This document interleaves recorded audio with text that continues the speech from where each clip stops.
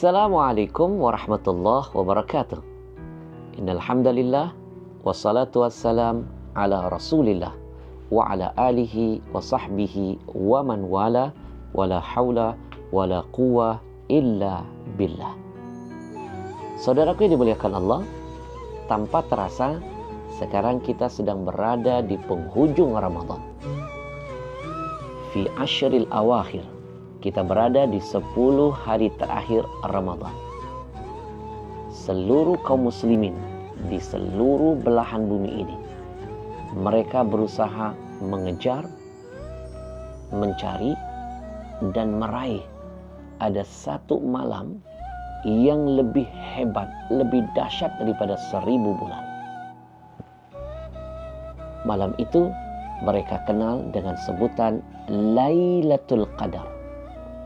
Lailah artinya malam. Di dalam Al-Quran kata Lailah disebut Allah sebanyak 8 kali.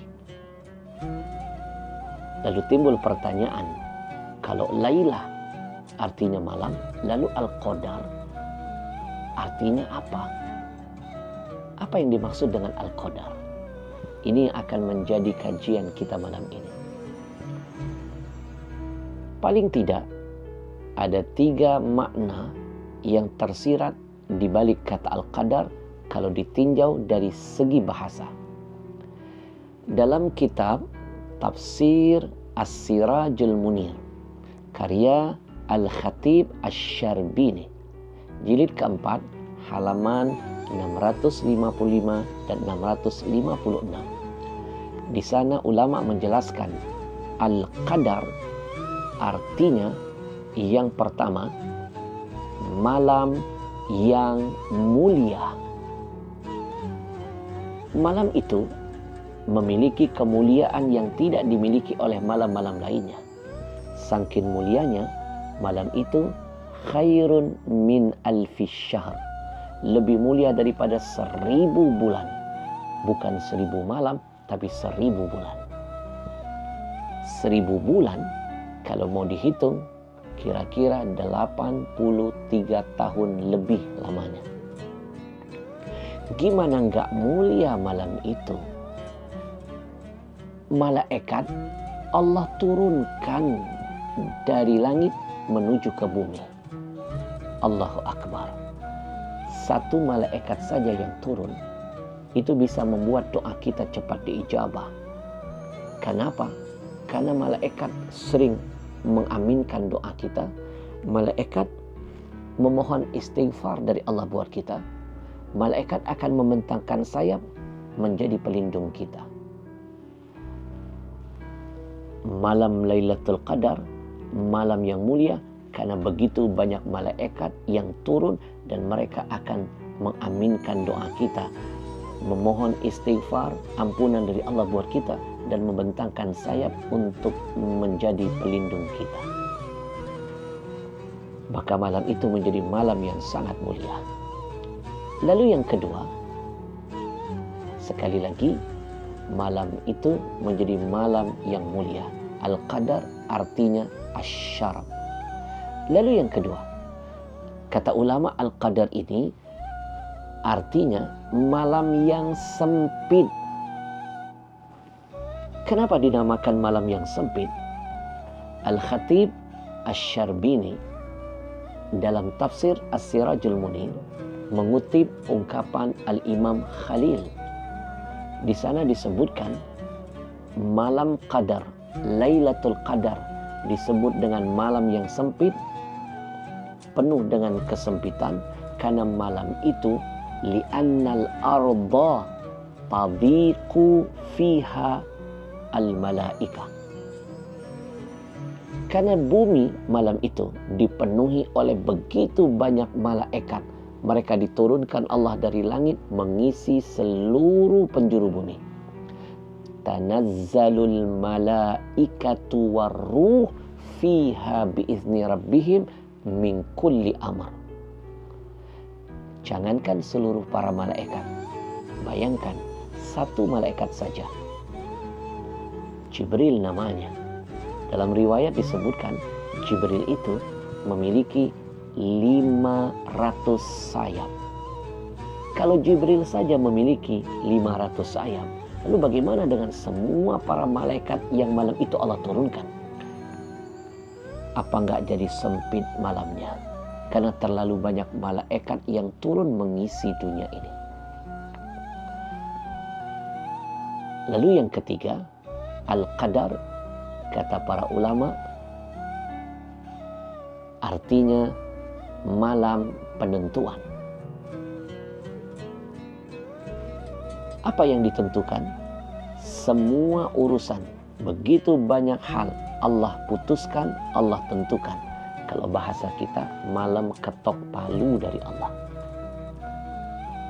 Di antara yang Allah tentukan, malam itu terpilih dari sekian banyak malam yang ada.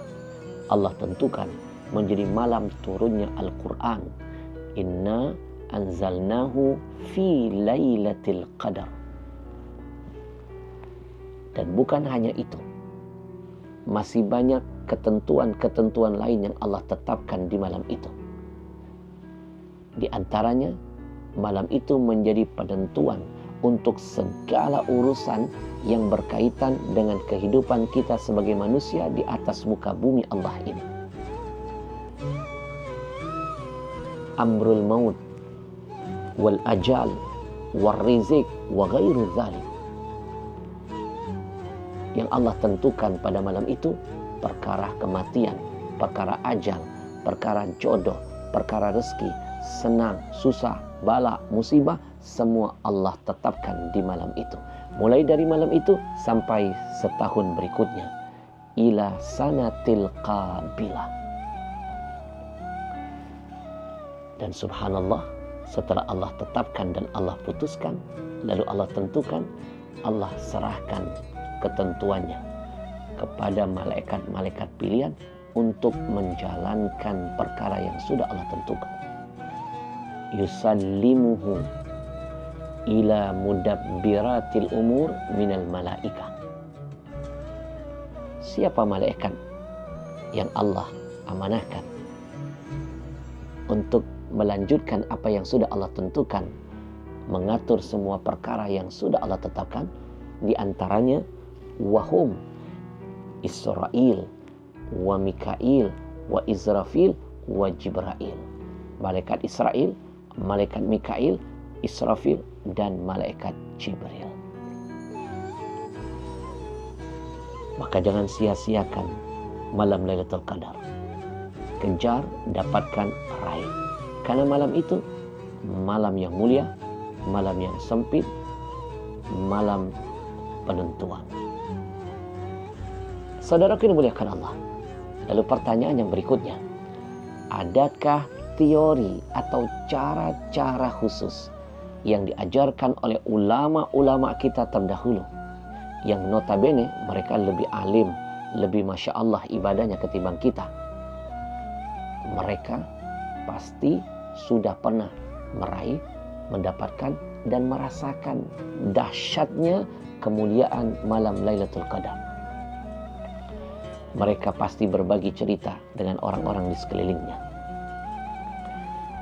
Adakah trik yang diajarkan ulama terdahulu agar kita bisa menebak, memprediksi malam Lailatul Qadar? Jawabannya ada. Salah satunya Al-Imam Al-Ghazali wa ghairuhu dan ulama-ulama lainnya. Disebutkan dalam kitab Hasyiyata Minhajut Talibin yang dikarang oleh dua ulama Ahlus Sunnah bermadzhab Syafi'i. Yang pertama Qulyubi, yang kedua Umairah. Dua ulama besar ini mensyarah kitab karya Al-Imam Al-Mahalli Kanzul Gharibin. Al-Imam Al-Mahalli punya kitab namanya Kanzul Gharibin. Beliau mensyarah kitab Minhajut Talibin karya Al-Imam An-Nawawi. Nah, kitab ini dinamakan Hasyiyata. Kenapa? Karena dua pengarangnya. Satu Qulyubi dan yang kedua Umairah. Di jilid kedua, halaman 75 dan 76, di sana diajarkan cara, teknik untuk bisa mendapatkan malam Lailatul Qadar. Yang pertama, menurut Imam Al-Ghazali, fa in kana awwaluhu yaumal ahad wal arbi'ah faya lailatu tis'in wa ishrin. Kalau seandainya, kata Imam Al-Ghazali, awal Ramadan jatuh pada hari Ahad dan hari Rabu, maka diprediksi insya Allah Lailatul Qadar akan jatuh pada malam ke-29 Ramadan. Au yaumal itsnain faya lailah ihda wa ishrin. Kalau seandainya awal Ramadan jatuh pada hari Senin, maka diprediksi insya Allah Lailatul Qadar akan jatuh pada malam ke-21 Ramadan. Lalu yang ketiga, au yaumas thulatsa awil jum'ah fahiya lailatu sab'in wa ishrin. Jika awal Ramadan jatuh pada hari Selasa atau hari Jumatnya, maka diprediksi insya Allah Lailatul Qadar akan jatuh pada malam ke-27 Ramadan. Au yaumal khamis fahiya laila khamsin wa ishrin. Jika awal Ramadan jatuh pada hari Kamis, maka diprediksi insya Allah Lailatul Qadar akan jatuh pada malam ke-25 Ramadan. Au yaumas sabat. Jika Ramadan jatuh pada hari Sabtu, faya lailatu thalathin wa ishrin. Maka Lailatul Qadar insya Allah diprediksi akan datang pada malam 23 Ramadan. Mudah-mudahan teknik ini membantu Anda untuk bisa mendapatkan Lailatul Qadar dengan mudah berdasarkan pengalaman Al-Imam Al-Ghazali dan ulama-ulama ternama lainnya. Mereka orang-orang yang lebih mulia dan lebih dulu menemukan Lailatul Qadar. Pertanyaan yang ketiga, apakah Lailatul Qadar itu masih ada sampai sekarang? Jawabannya, silakan buka tafsir As-Sirajul Munir karya Al-Khatib Asy-Syarbini, jilid keempat, halaman 655. Di sana disebutkan was-sahih annaha baqiyatun ila yaumil qiyamah. Pendapat yang valid, yang sahih, menjelaskan sesungguhnya Lailatul Qadar akan terus ada sampai hari kiamat, karunia terindah dari Allah untuk kita. Pertanyaan yang keempat, apa yang bisa kita lakukan di malam-malam ganjil itu agar kita bisa menjadi kandidat untuk bisa mendapatkan Lailatul Qadar? Di antaranya, isi malam Lailatul Qadar dengan salat malam, isi dengan tilawatil Quran, isi dengan zikir sepanjang malam. Dan salah satu zikir yang diajarkan Nabi kepada istrinya yang bernama Aisyah untuk memudahkan seseorang mendapatkan Lailatul Qadar, Nabi ajarkan zikir ini. Allahumma innaka afuwun tuhibbul afwa fa'fu anni. Mudah-mudahan Allah Subhanahu wa taala menggolongkan kita menjadi orang-orang yang mendapatkan Lailatul Qadar. Assalamualaikum warahmatullahi wabarakatuh.